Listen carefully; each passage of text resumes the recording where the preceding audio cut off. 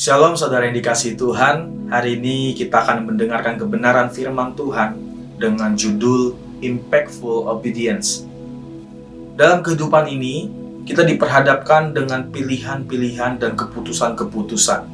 Banyak kali dari kita akan menentukan apa yang akan kita lakukan, bahkan dalam hal-hal kecil kehidupan kita sehari-hari. Tetapi ada satu hal yang harus kita perhatikan, satu keputusan yang jauh lebih penting dari semuanya itu, yaitu adalah untuk menanggapi panggilan Tuhan dengan respon yang benar. Ada seseorang anak laki-laki yang diminta orang tuanya untuk tidak bermain lama-lama di luar karena akan turun hujan. Tetapi anak tersebut mengacuhkan perintah yang sudah diberikan oleh orang tuanya. Akhirnya anak tersebut kehujanan, basah kuyup, dan akhirnya dia jatuh sakit dan tidak bisa melakukan aktivitas kembali.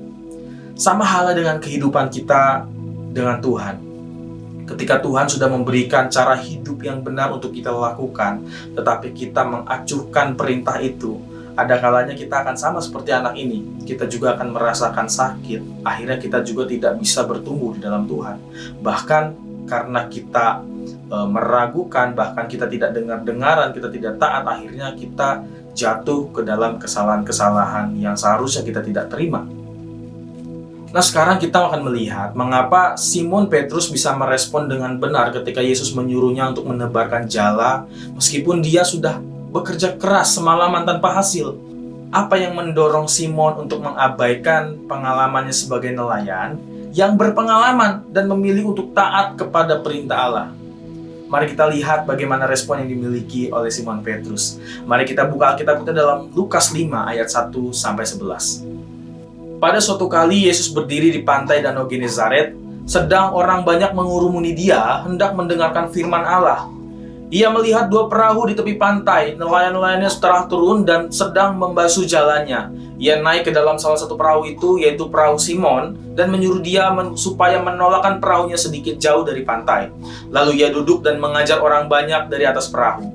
Setelah selesai berbicara, ia berkata kepada Simon, "Bertolaklah ke tempat yang dalam dan tebarkanlah jalamu untuk menangkap ikan."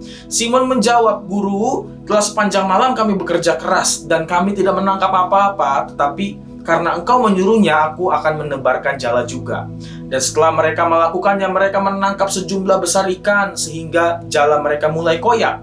Lalu mereka memberi isyarat kepada teman-temannya di perahu yang lain supaya mereka datang membantunya, dan mereka itu datang. Lalu mereka bersama-sama mengisi kedua perahu itu dengan ikan hingga hampir tenggelam.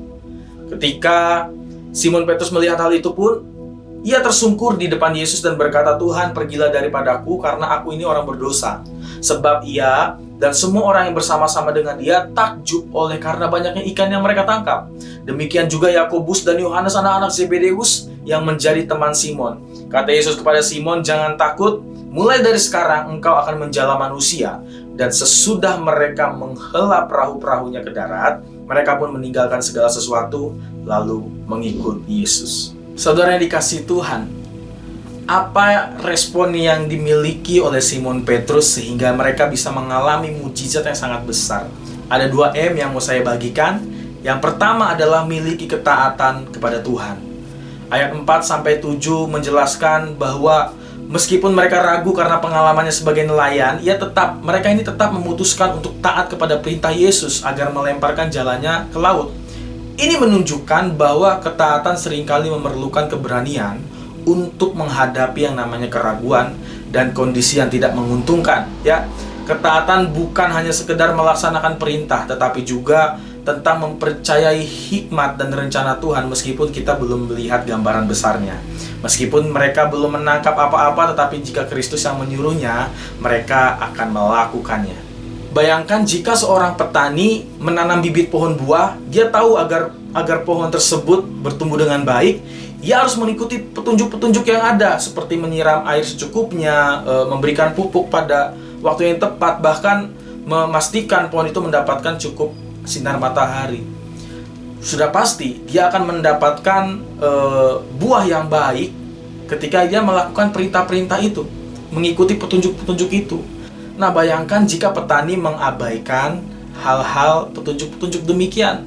Sudah pasti ya pohonnya akan mati. Mungkin bertumbuh, tetapi buahnya tidak banyak. Ketaatan kita kepada Tuhan sama seperti petani yang mengikuti petunjuk yang tepat untuk merawat pohonnya.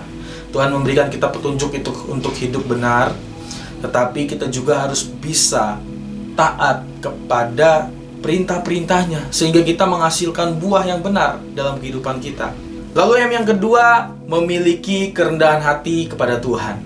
Ketaatan yang berdampak selalu dimulai dengan yang namanya kerendahan hati. Kita menyadari siapa Tuhan dan siapa diri kita. Kita lebih mudah untuk menyerahkan hidup kita, hati kita kepadanya. Tuhan bukan hanya memanggil kita untuk melakukan pekerjaannya, tetapi juga untuk merendahkan hati dan mengakui kebutuhan kita akan pengampunannya. Ketika kita memiliki kerendahan hati akan membuat kita lebih mudah untuk mengakui kekurangan kita dan kita bertobat ketika kita salah. Itu juga memungkinkan kita untuk hidup dengan kasih, menghormati orang lain, dan tidak merasa lebih tinggi dari siapapun. Dalam Alkitab, Yesus sendiri adalah teladan utama dari kerendahan hati. Meskipun dia adalah Tuhan, dia datang ke dunia ini dengan sikap rendah hati dan melayani orang banyak. Bahkan sampai memberikan hidupnya bagi kita. Dengan demikian, kerendahan hati mengundang Tuhan untuk bekerja lebih dalam di dalam kehidupan kita, dan kita bisa menjadi lebih peka terhadap kehendaknya. Seperti yang tertulis di dalam Yakobus 4 ayat 6, Allah menentang orang yang congkak tetapi mengasihi orang yang rendah hati. Kerendahan hati adalah jalan menuju hubungan yang lebih besar, lebih dekat dengan Tuhan, dan transformasi hidup yang lebih besar. Bayangkan seorang pendaki yang harus menyeberangi sebuah jembatan gantung yang terbuat dari tali dan kayu. Jembatan itu terlihat rapuh dan bergetar setiap kali ada angin yang meniup. Dia merasa ragu, tetapi dia juga tahu bahwa di sisi lain ada pemandangan yang indah dan tempat yang diinginkan untuk dijelajahi. Sebelum melangkah, ia mengamati jembatan itu dengan seksama. Dia melihat bahwa jembatan tersebut telah dilalui oleh banyak orang, banyak pendaki, dan tidak ada yang jatuh.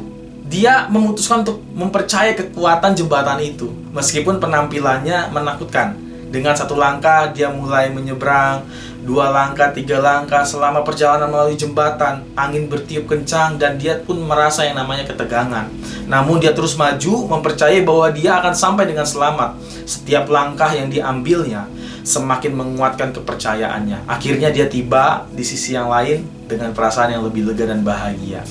Ilustrasi ini menggambarkan bagaimana ketaatan dan iman kita ini saling berhubungan. Seperti pendaki yang mempercayai kekuatan jembatan meskipun ragu, kita juga dihadapkan pada situasi di dalam hidup ini di mana kita harus melangkah dengan iman, percaya bahwa Tuhan akan menuntun kita. Jadi saudara yang dikasihi Tuhan, kesimpulannya adalah 2M ini harus kita miliki. Yang pertama, miliki ketaatan kepada Tuhan. Lalu yang kedua, miliki kerendahan hati kepada Tuhan. Karena ini adalah 2 aspek penting dalam perjalanan iman kita sebagai pengikut Kristus. Dengan kerendahan hati kita bisa mengalami penyertaan.